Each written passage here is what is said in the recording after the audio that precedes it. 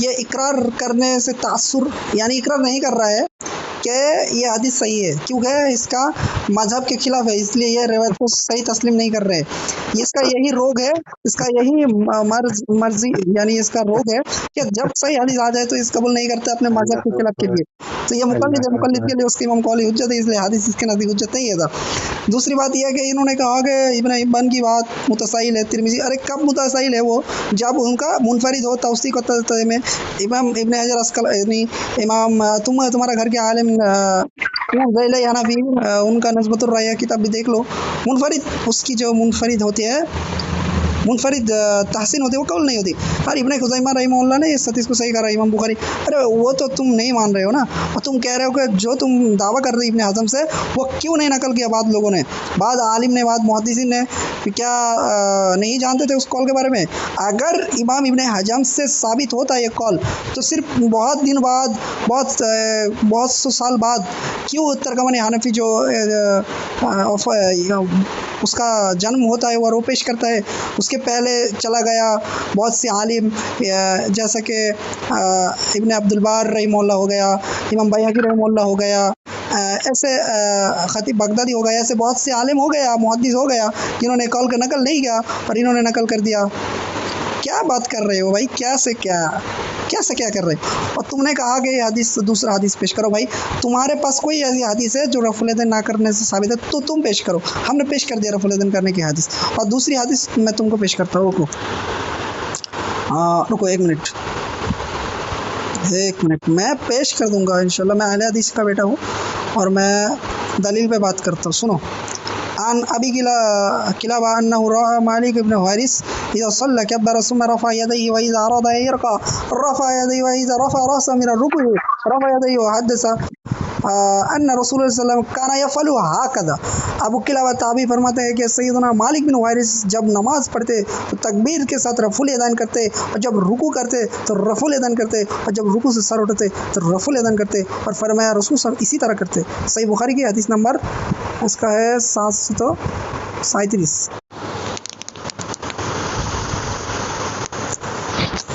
بات کریں ایک حدیث پیش کر رفع الیدین نہ کرنے کی. ترمذی والا حدیث پیش کر رہے، اس پہ بات کروں گا. سفیان ثوری مدلس ہے اس میں. ٹھیک ہے میں بولوں. ابھی تو میں نے روایت پیش نہیں کیا میرے بھائی. میں بولتا ہوں بسم اللہ الرحمن الرحیم. لگتا ہے بھائی، لگتا ہے بھانگ وانگ پہ کیا ہے. میں کیا اعتراض کرتا ہوں بھائی صاحب، کیا جواب دیتے ہیں؟ یہ بول رہے ہیں کہ یہ متصحیح ہے. ارے میں نے تو بولا کہ وہ متصحیح کی توثیق قبول نہیں ہوتی. امام ٹھیک ہے، یہ بار بار بولا کہ صحیح ہے، جمہور نے اس کی توثیق. ارے میرے بھائی ابھی تو توثیق کا تعریف ہے تو بات ہی نہیں ہو رہی. میں ثابت کروں گا انشاءاللہ تعالی. میجورٹی محدثین نے اس کو ضعیف قرار دیا، لیکن ابھی ہم اس پہ جا ہی نہیں رہے. میں نے حالانکہ یہ بولتا ہے کہ سند پہ، سند کیوں پیش کر جب اس کی کتاب سے میں وہ نقل کر رہا. عجیب مسئلہ ہے بھائی صاحب بول رہے ہیں. ٹھیک ہے نا، تو ان کی کتاب سے یہ ذرا مفصل اس کا جواب نہیں ہوا تو یہ بھائی صاحب ایموشنل کارڈ کھیل رہے ہیں. ٹھیک نا، ایموشن دکھا رہے ہیں یہ. جب کس نے ایک میرے اوپر جھوٹ بنا رہا کہ اس کے مذہب کے، یعنی ہمارے مذہب کے خلاف آتا ہے، یہ روایت کو ضعیف قرار دیتا ہے، اس نے بولا. جبکہ یہ میرے پاس ایک حدیث کتاب ہے، اس کا گھر کا مقالات رسیدیہ ہے. ٹھیک نا، اس میں اس کے عالم صاحب لکھتے ہیں کہ نظر سے گزر نہایت افسوس ہوا کہ ڈاکٹر صاحب نے ایک حدیث کی تعظیم میں بہت تسلف کا کام لیا. یہ ایک عالمیہ حقیقت ہے کہ آج ہمارا حال یہ ہو گیا کہ کوئی حدیث ہمارا مذہب کے مطابق نہیں ہوتا یا اس پر عمل کرنے سے ہماری قاعدہ آتے تو ہم اس کو ضعیف قرار دے دیتے. یہ تو آپ کے عالم کہہ رہے ہیں نا کہ آپ کے مذہب کے کتاب کوئی ہے ایسا پیش نہ کرنا. کون کیا کہہ رہا ہے؟ آپ نے میرے پاس جھوٹ باندھا نا کہ میں ضعیف کہہ رہا ہوں، حالانکہ آپ کے عالم خود رہے کہ ہمارا حال یہ ہو گیا کہ اگر کوئی حدیث ہمارے عمل کے خلاف آتی ہے یا ہمارے خلاف آ جاتے تو ہم اس کو ضعیف کرنے لگتے ہیں، حالانکہ صحیح ہوتے ہیں. بتائیے، یہ تو آپ کا مذہب ہے نا کہ ایک روایت کو جو آپ کے عمل کے خلاف اس کو صحیح کر دیتے ہیں. تو آپ ہمارے اوپر جھوٹ نہ باندھا. یہ مقالات رسیدیہ، اس کا اس کا صفحہ نمبر 1 منٹ میں بتا رہا ہوں.